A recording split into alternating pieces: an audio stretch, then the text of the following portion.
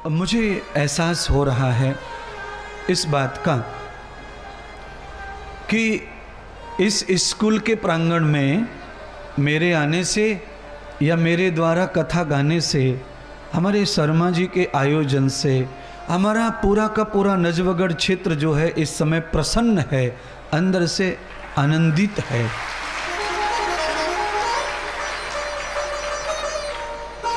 और दूसरी बात यह है कि हम अपने पड़ोस में रह के पड़ोसी को आनंद दे नहीं सकते। बोलिए, हमारे पड़ोस में पड़ोसी 12 साल से रह रहा है और उसको खूब जरूरत है कि उसे सुख मिले, पर हम दे नहीं सकते, उसे सुख नहीं दे सकते। नमक नहीं, नमक ले जाओ, सब्जी नहीं है, सब्जी ले जाओ, 100 200 500 रुपये नहीं है, ले जाओ, दाल नहीं है, दाल ले जाओ, पर हम उसे सुख नहीं दे सकते।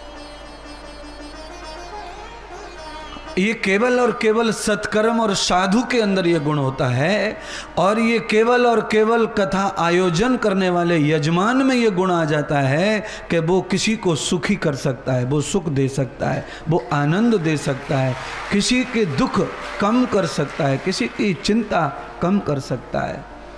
भगवान के प्रति लालच, भगवान के प्रति आकर्षण, भगवान के प्रति लगाव, जिन कर्मों से बढ़े उन कर्मों को करना है, उसको सत्कर्म कहते हैं। हमारे साथ दूसरे लोग भी परमात्मा से जुड़ें, परमार्थ से जुड़ें, अच्छी सेवाओं से जुड़ें, उसको सत्कर्म कहते हैं।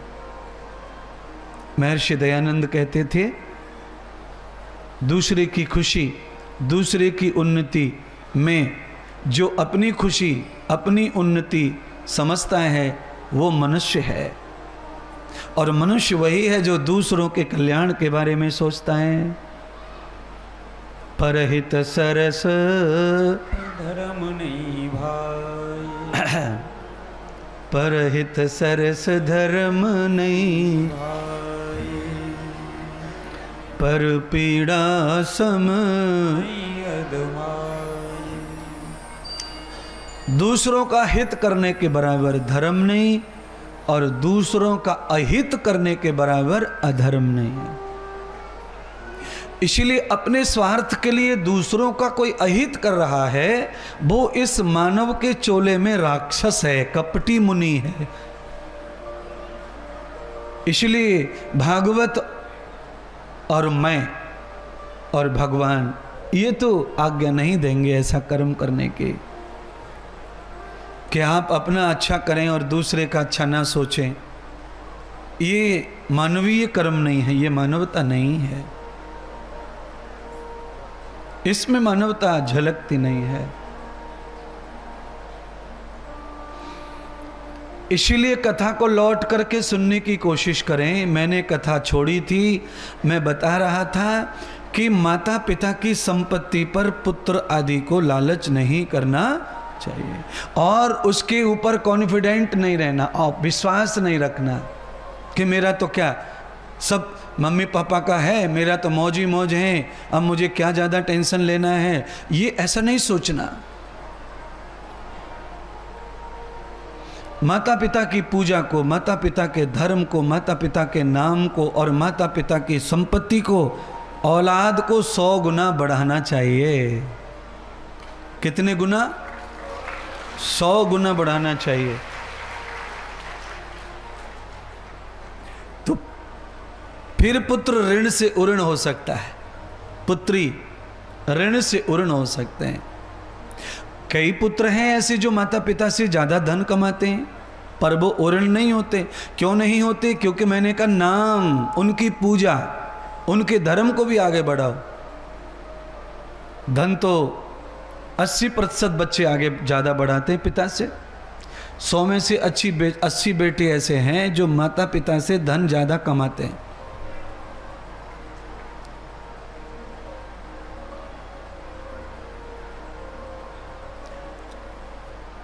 उससे ऋण उऋण नहीं होगा और उससे पुत्र का उद्धार नहीं होगा। पुत्र का उद्धार कब होगा? जब सर्वधर्मो विजयते, सभी धर्मों को आगे बढ़ाए।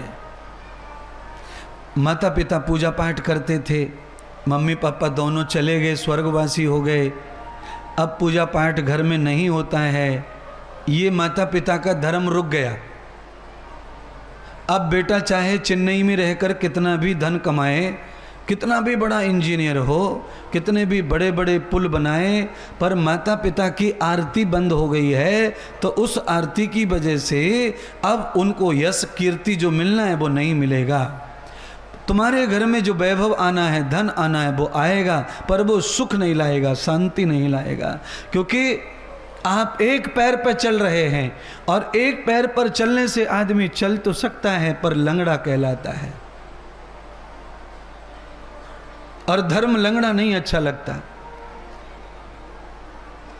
धर्म के 4 पांव हैं, धर्म, अर्थ, काम, मोक्ष,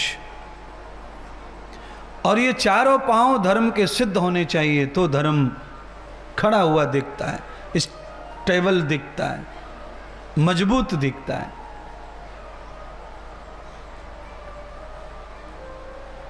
शुक्राचार्य जी ने भक्त प्रहलाद के पोते को ये ज्ञान दिया, हे बाली, तुम ऐसा करो कि तुम यज्ञ करो। यज्ञ करने से तुम इंद्र बन जाओगे, स्वर्ग के राजा बन जाओगे।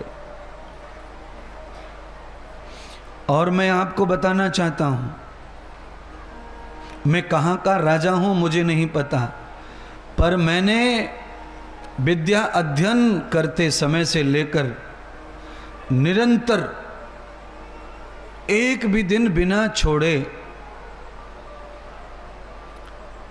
2020 कोरोना काल तक निरंतर यज्ञ किया। जब से मैंने विद्या अध्ययन किया तब से निरंतर।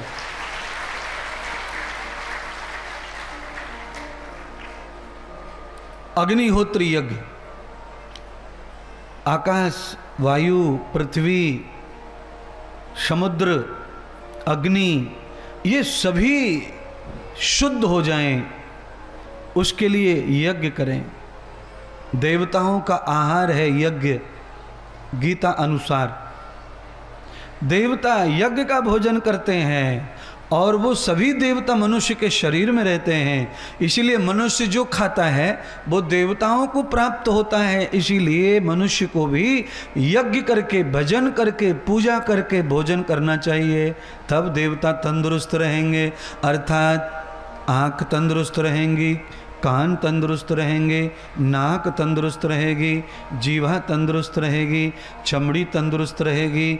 ये 5 देवताएं हैं जिनको ज्ञान इंद्रियां कहते हैं। ये 5 देवता, आँख अग्निदेव, कान आकाश देव, नाक पृथ्वी देव, जीवा समुद्र देव, चमड़ी वायु देव, इन 5 से शरीर बना हुआ है, और ये 5 को स्थान प्राप्त है। तो जो लोग पहली बार कथा सुन रहे हैं, चाहे वो कितने भी पढ़े लिखे होंगे, पर ये चीज 5 मैंने जो बताई उन्होंने पहले कभी नहीं सुनी और कभी नहीं पढ़ी हैं, कि ये 5 देवता हमारे अंदर हैं। अच्छा, ये तो सबको पता है कि अग्नि, जल, वायु, पृथ्वी, आकाश, इससे शरीर बना हुआ है, पर इनको कोई देवता कहता है, इनको कोई तत्व कहता है, कोई इनको परमाणु कहता है, कोई इनको न्यूट्रॉन, इलेक्ट्रॉन कहता है। लोग अपनी अपनी अकल से अपने अपने नाम